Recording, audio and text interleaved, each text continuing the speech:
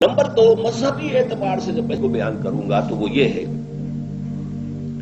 کہ اللہ تعالی سے ہم نے وعدہ خلافی کی.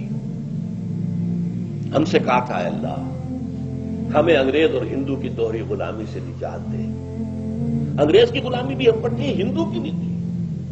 ہندو کی معاشی غلامی میں ہم مبتلا تھے. ہندو بنیا ایک گاؤں میں بیٹھا ہوا ہے اور وہ سود پر حق میں دے رہا ہے اور مسلمانوں کی زمینداروں کی زمینیں ہتھیا رہا ہے. یہ سارا کام پورا کاروبار پوری انڈسٹری ہندوستان میں ہندوؤں کے ہاتھ میں تھی، مسلمانوں کی کہاں. لوگ پاکستان کی برکات جب بیان کرتے ہیں بہت سے دانشور تو کہتے ہیں کہ نہیں، پوری انارکلی بازار کے اندر ایک دکان تھی مسلمان، پوری انارکلی، جبکہ آبادی میں مسلمانوں کی اکثریت.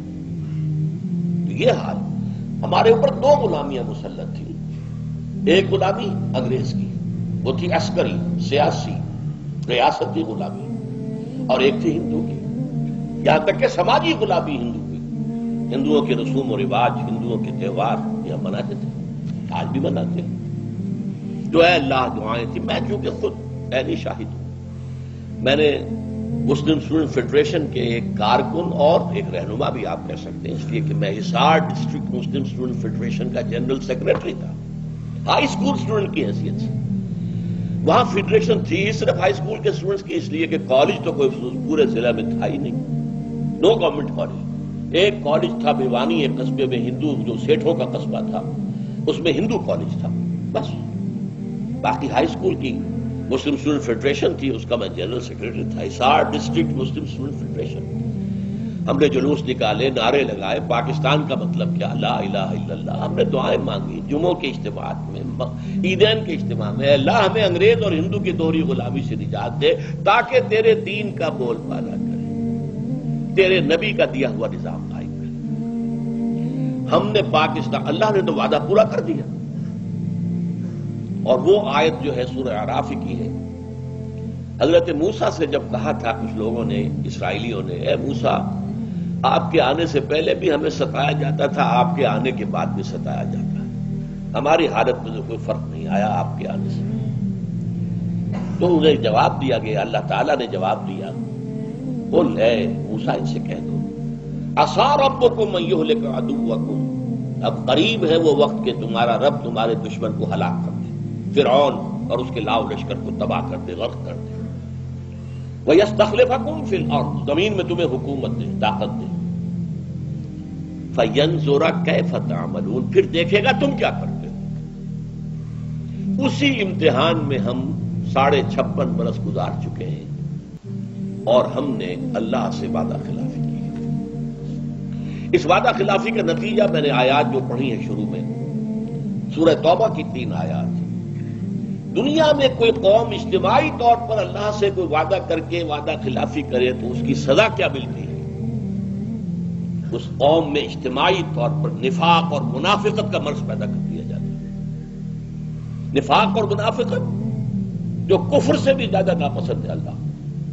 ان المنافقین فی الدرک الاسفل من النار، منافقین جو ہے وہ جہنم کے سب سے نچلے درجے میں ہوں گے، جس کے لیے کہ حضور کی شفاعت سے انہیں محروم کیا گیا. استغفر لہم او لا تستغفر لہم لن یغفر اللہ لہم، آپ چاہے استغفار کریں ان کے لیے چاہے نہ کریں. اور سورہ توبہ میں جو ہے ان تستغفر لہم 70 مرۃ، آپ 70 مرتبہ بھی استغفار کریں گے تب بھی ہم معاف نہیں کریں گے. وہ ہے منافق. چنانچہ ان آیات میں کیا کہا گیا میں نے بارہا اس کو بیان کیا ہے. وَمِنْهُمْ مَنْ عَاهَدَ اللَّهَ، مدینے کے منافقوں میں ایک قسم ان کی ہے جنہوں نے اللہ سے ایک عہد کیا تھا، لَئِنْ آتَانَا مِنْ فَضْلِهِ، اگر اللہ ہمیں اپنے فضل سے نواز دے گا، غنی کر دے گا، دولت مند کر دے گا، لَنَصَّدَّقَنَّ، خوب صدقہ خیرات کریں گے، وَلَنَكُونَنَّ مِنَ الصَّالِحِينَ، اور ہم نیک لوگوں میں سے ہو جائیں. فَلَمَّا آتَاهُم مِّن فَضْلِهِ، جب اللہ نے انہیں اپنے فضل سے نواز دیا، بَخِلُوا بِهِ، اب بخل سے کام کیا، تجوریوں کے دروازے مقفل، بخلوا بہی، اور انہوں نے اللہ سے اعراض کیا. اس لیے اللہ تعالی نے فَعَاقَبَهُمْ نِفَاقًا فِي قُلُوبِهِمْ، اللہ نے ان کے دلوں میں نفاق کی بیماری پیدا کر دی. الی یوم یلقونہ، یہ خطرناک ترین الفاظ ہیں اس صورت کے۔ وہ نفاق قیامت کے دن تک قائم رہے گا، برقرار رہے گا، نکلے گا نہیں۔ یہ اللہ جب یہ میں پڑھتا ہوں، عام طور پہ میں رک جاتا ہوں، یہ الفاظ ادا نہیں کیا کرتا۔ عاقبہم نفاقا فی قلوبہم پہ بات ختم کر دیں، اس لیے آگے کے الفاظ لرزہ طاری کرتے ہیں۔ الی یوم یلقونہ، اس دن تک جو ملاقات کا دن ہوگا قیامت کا، اس وقت تک نفاق یہ رہے گا۔ بما اخلف اللہ ما وعدوہ، بسبب اس خلاف ورزی کے جو انہوں نے اللہ سے وعدہ کیا ہوا اور اس میں خلاف ورزی کی، وبما کانوا یکسبون، اور وہ جو جھوٹ بولتے رہے کہ ہم ایسا کریں۔ تو پاکستانی قوم اس وقت اس اعتبار سے اجتماعی منافقت کا شکار ہے۔ کچھ افراد ہیں جو لگے ہوئے ہیں، کوشش میں رہے اور ہیں اب بھی، کہ یہ قوم جو ہے بھٹکی ہوئی اپنی راہ، اپنی منزل کو دوبارہ یاد کر لے۔ کبھی بھولی ہوئی منزل بھی یاد آتی ہے راہی کو۔ کچھ لوگ ہیں وہ مستثنا ہیں، لیکن آپ کو معلوم ہے ایکسیپشنز پروو دی رول، استثناءات جو ہوتے ہیں اس سے تو پھر کوئی قانون بالکل ثابت ہو جاتا ہے۔ یہ تو مستثنا ہے، رول از سم تھنگ ایلس۔ وہ رول کیا ہے؟ آج ہم بحیثیت مجموعی دنیا کی منافق ترین قوم، تین قسم کے نفاق آپ کے ہاں آ چکے ہیں۔ نفاق قومی، پہلے ہم ایک قوم تھے، ہندو کے مقابلے میں ایک قوم، دو قومی نظریہ، ہندو ایک قوم، ہم دوسری قوم۔ آج ہم نفاق باہمی میں قومیتوں میں تحلیل ہو گئے۔ اب قومیت ہے، چار تو شروع سے تھی، پنجابی، پٹھان، بلوچی، سندھی، اس میں اضافہ ہوا ہے۔ سرائکی قومیت وہ بھی مدعی ہے، ہماری علیحدہ قومیت ہے۔ یہ نفاق باہمی ہے۔ نفاق کردار، جھوٹ، وعدہ خلافی اور خیانت۔